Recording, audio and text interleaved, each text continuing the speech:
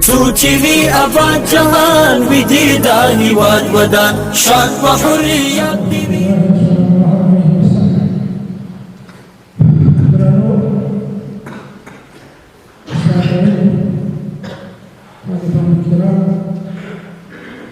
زما خبره او د نن موضوع دوه اړخه ولري. اول د ترغیب او دویم د ترهیب او مخاطبین مې طالبان دي.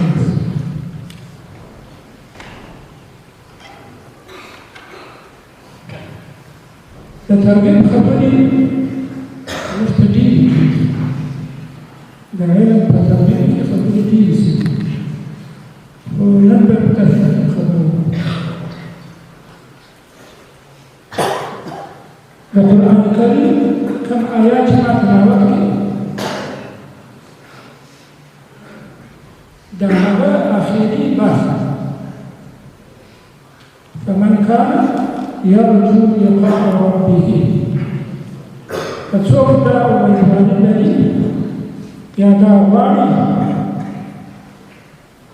چې الله جل جلاله ته نږدې شي په عبادت باندې او په ورځ د محشر د هغه لقاء او د هغه دیدار ته رسېږي شي، عمل صالح او د خدای په عبادت کې په مهدي وکړي شي.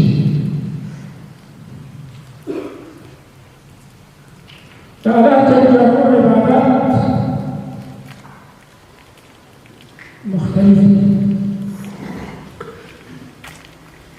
لمونځ، روژه، زکات، حج، جهاد، هغه نور عبادات بدني او مالي عبادات د خدای تعالی جل جلاله عبادتونه دي.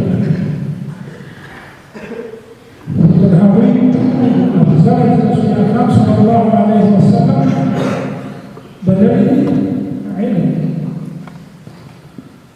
ځکه په علم سره الله پیژندل کېږي. په علم سره ټوله هغه عبادتونه چې الله په مکلف کړي وو هغه په هغه باندې سړی پوهېږي، هغه په زده کېږي.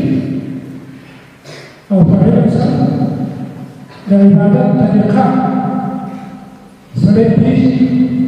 په علم سره د دنیا معیشت او زندګي پوهېږي.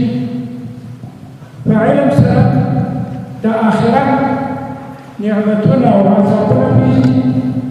په علم سره ټول هغه څه چې انسان د هغه لپاره پیدا شوي دي او انسان ورسره مخامخ کېږي ټوله په علم سره پېژندل کېږي.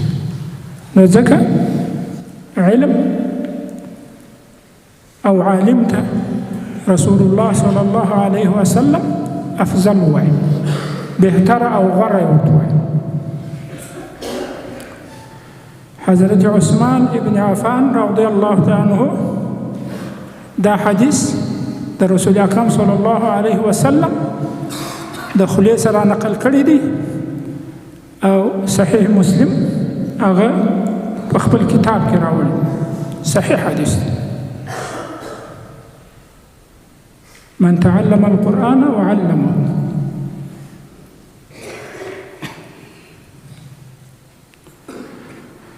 افضلیت د علم په نور عباداتو کې یا په نور عباداتو باندې هغه وجوهات مشروع، ځکه په ده سره هر څه پېژندل کېږي. چې علم چاته نه هېڅ لاره نشي پېژندلی. نو د علم طریقه چې ده د علم لاره ته تر ټولو بهتره لاره ده. حضرت ابي هريره رضی الله تعالی عنه په یو بل حدیث کې د رسول اکرم صلی الله علیه وسلم د خولې څخه وایي. عن ابي هريره رضی الله تعالی عنه قال قال رسول الله صلى الله عليه وسلم ما اجتمع من قوم في بيت من بيوت الله يتلون كتاب الله ويتدارسونه بينهم إلا ونزلت عليهم السكينة وغشيتهم الرحمة وحفتهم الملائكة وذكرهم الله في من عنده. رواه مسلم. أبي هريرة رضي الله تعالى عنه وايي چې رسول الله صلی الله علیه وسلم فرمایي یو قوم داسې یو قوم نشته چې دوی په یو کور د خدای په کورونو کې راجمع شي، مسجد چې مراد خو مفسرین وایي چې دا تأکیداً دی، خو په هر ځای کې چې سره راجمع شي هدف تعلیم دی، هغه که په صحرا کې وي، که په د خدای په کور کې وي او که په بل ځای کې وي، ثواب یې هغه دی. او دغه څلور شان چې هغه په مرتب دی هغه بل ځای کې هم راځي.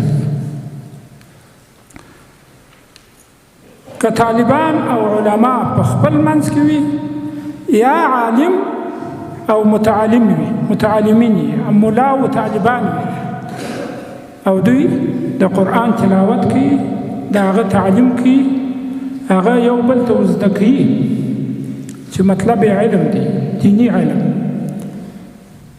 او یو دوی په خپل منځ کې د هغه درس کوي. که تلاوت کوي هم نور سامعین ورته غوږ نیسي هم دغه درجه لري، او که درس کوي تعلیم کوي هم دغه درجه لري. نو که څوک راټولېږي اجتماع او ټولۍ جوړي او د خدای جل جلاله د قرآن زده کړه کوي او یا یې تلاوت کوي یا یې سمع کوي، نو څلور شان په ده باندې مرتبېږي. څلور شان. نزلت علیهم السکینه. سکینه دا نه په مال نه په دولت او نه په قدرت حاصلېږي. هیڅ وخت سکینه آرام، سکون په زړه کې، راحت، خوشحالي دا بې له علم او بې له دینه په هیڅ شي په زړه کې نه راځي. هر څومره چې سړی دنیا پیدا کړي مسؤلیت، تشویش او کارونه یې ډېرېږي. هر څونه چې لوی منصب ته ورسېږي او غوندې یې تشویش ډېرېږي، سکینه یې ځي، په اضطراب کې وي، په مشکلاتو کې وي. که هر څونه لوړ مقام ته ورسېږي وغوندې سکینه ځینې لرې کېږي. خو که سړی د علم زده کړه کوي، الله ته نږدې کېږي، خدای تعالی جل جلاله ته ځان نږدې کوي، دا تقرب د الله جل جلاله د خدای په عبادت سره چې علم هم عبادت دی، ده ته سکینه ورکوي، سکون ورکوي، آرام ورکوي په زړه کې، راحت ورکوي په زړه کې، او د نور شیانو څخه بې پروایي، نه د رزق او نه د دنیا د نورو معاملاتو په قصه کې وي. اول شی د متعلمو، د عالمو، د قرآن د درس او د قرآن سره د اشنایي، د هغه د زده کړې، د هغه سره د انډیوالۍ، دا دی چې سکینه ورباندې الله جل جلاله نازلوي. او دویم وغشیتهم الرحمه، رحمت ورباندې را نازلېږي، ورباندې را خپرېږي. د خدای رحمت او د خدای عذاب دا نه سره یو ځای کېږي. که یو ځلې الله جل جلاله موږ په رحمت سره هغه رحمت چې هغه د خدای تعالی جل جلاله د تقرب او د نږدېوالي او د خدای د رضا رحمت په چا باندې نازل شي، ابتدا یې ښه شي، انتها به یې انشاءالله سمې شي. رحمت ورباندې نازلېږي. رحمت چې کله په نازل شي په چا باندې، الله جل جلاله د هغه په زړه کې هم سکینه راولي، هم د هغه حفاظت کوي، هم د هغه شرح صدر کېږي، هم هغه ته خدای تعالی توفیق په عباداتو کې ورکوي، او هم مینه او محبت د الله جل جلاله سره ډېرېږي. دا ټوله د خدای په رحمت کې رانغښتي دي. نو دویم شی د خدای رحمت دی چې سړی یا دا ټولې دا احاطه کوي. وحفتهم الملائکة، ملک تواب ورکوي، حافین حول العرش، حفتهم الملائکة، ملکی توافونه ورکوي، او ملکی شاهدان ورګرځي. د خدای ملائکه هم د دوی حفاظت کوي، هم په دوی باندې شاهدان ګرځي.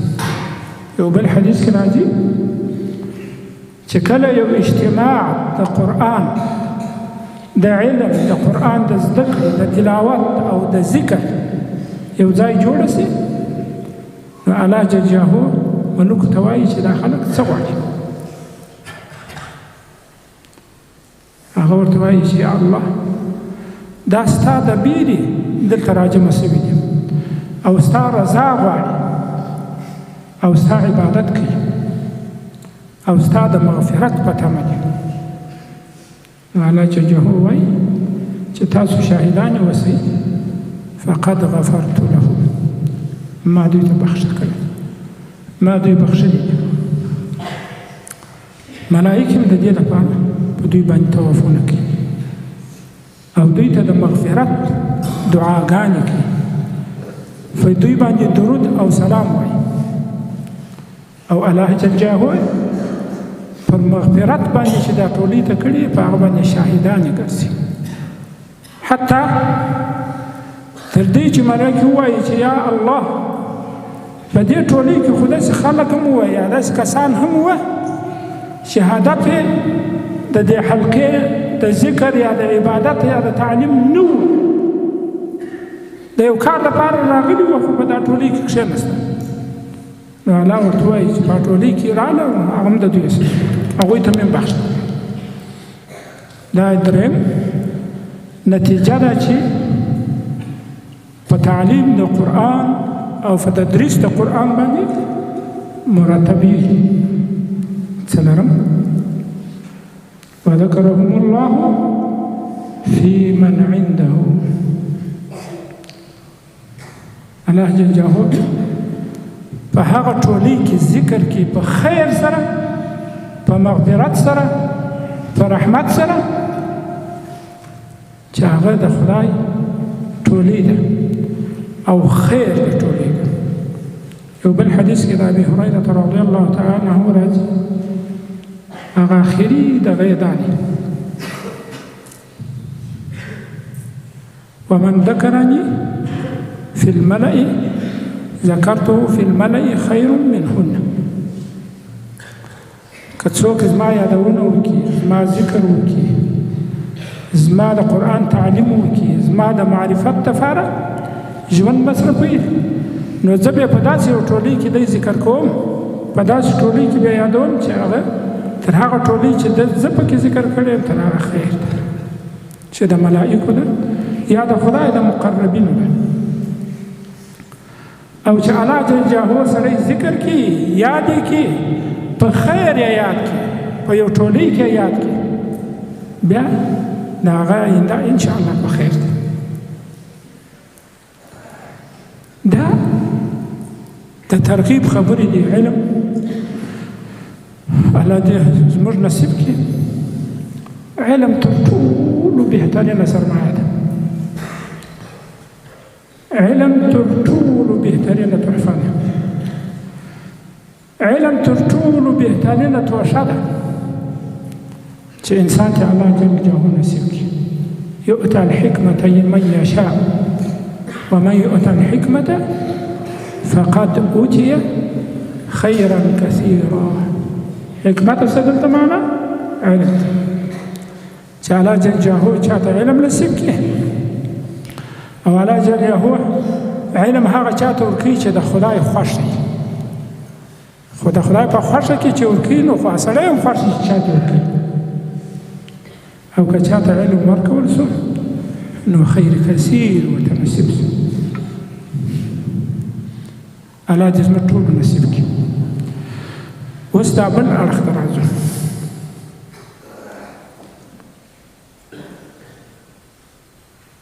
ګورئ ځینې علما د علم په وجه مغروره سي کبر ځینې کېږي او ځینې اعمال دي چې هغه د انسان دپاره عذاب جوړېږي چې ریا پکې وسي او غیر د الله څخه بل څوک پکې شریک سي کوم آیات چې ما تلاوت کړي آخري جمله یې دا ده چې ولا یشرک بعبادت ربه احدا د خدای په عبادت کې به څوک نه شریکوي د الله په عبادت کې به بل څوک نه شریکوي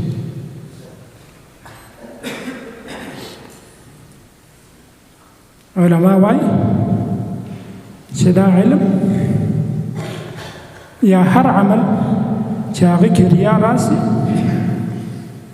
هغه عمل محو کوي بلکې عذاب ګرځي امام تبری رحمت الله علیه په تفسیر تبری کې او په ابن کثیر کې د دې آیات دواړه مفسرین د دې آیات معنا کې وایي چې په عمل کې ریا شرک خفي دی شرک ځکه د خدای په عبادت کې ته بل څوک شرک کوي خدای مو دې وساتي دا ډېر مهمه ده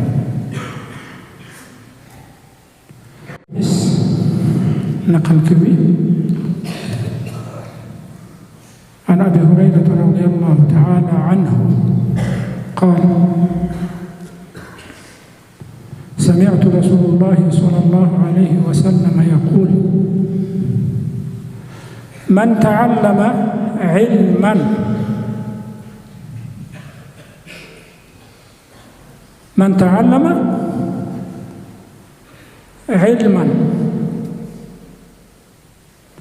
کچا داسې علم وکړي یا علم د دین وکړي چې په هغه سره د خدای تعالی رضا حاصلېدله چې علم دین دی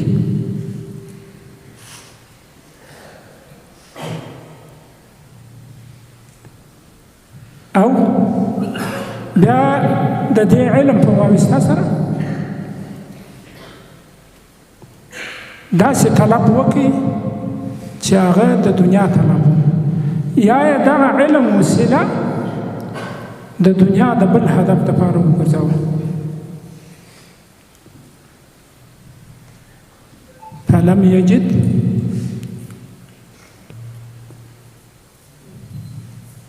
ریح الجنه خو مطلب ځینې ریح دی هلته بل لفظ ذکر شوی دی نو دی به د جنت بوی نه ترشمو کوي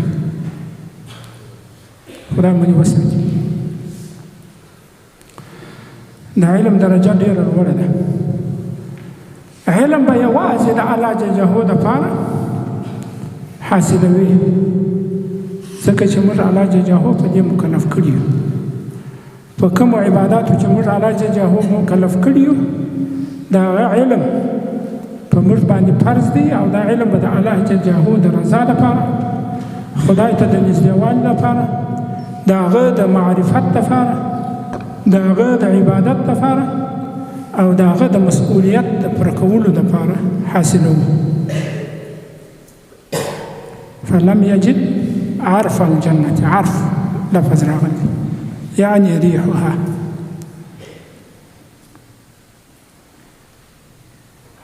شعورته متوجه سي یو بل حدیث کې حضرت عبدالله ابن عمر رضی الله تعالی عنه روایت کی من طلب العلم ليمالي به السفهاء أو ليباهي به العلماء او ليصبر عليه وجوه الناس فهو في النار. رواه أبو داود ابن ماجه. هغه چې رسول اکرم صلی الله علیه وسلم څخه ما واورېدل، که څوک طلب د علم د دې دپاره کوي، حصول د علم د دې دپاره کوي، زده کړه د علم د دې دپاره کوي چې په هغه سره استدلال ووایي او په هغه سره مشاجره وکړي، په هغه سره خبرې وکړي د بېعقلانو سره، د دې دپاره نه چې د اصلاح د هغوی د اصلاح دپاره وکړي، بلکې د فوقیت دپاره کوي. که نیت پکې د اصلاح وي خو هغه هر څوک کوي، لکه د اصلاح دپاره خو دی علم چې باید سړی ورسي. او یا د علماو په منځ کې د لوی مقام د پیدا کولو دپاره یې کوي چې دی په علماو باندې بهتري پیدا کړي، لوړوالی پیدا کړي. او یا یې د دې دپاره حاصلوي علم چې د خلقو وجوه مخونه او توجه ده ته راورسېږي یا راوګرځېږي چې دا ډېر ښه عالم دی او د ده احترام وکړي. فهو فی النار. الله جل جلاله به هغه په اور کې ورته رسول الله وایي چې هغه به په اور کې، په بل روایت کې فی جهنم. ډېره مهمه ده. په علم کې اخلاص دا ډېر مهم دی. په علم کې نیت دا ډېر مهم دی.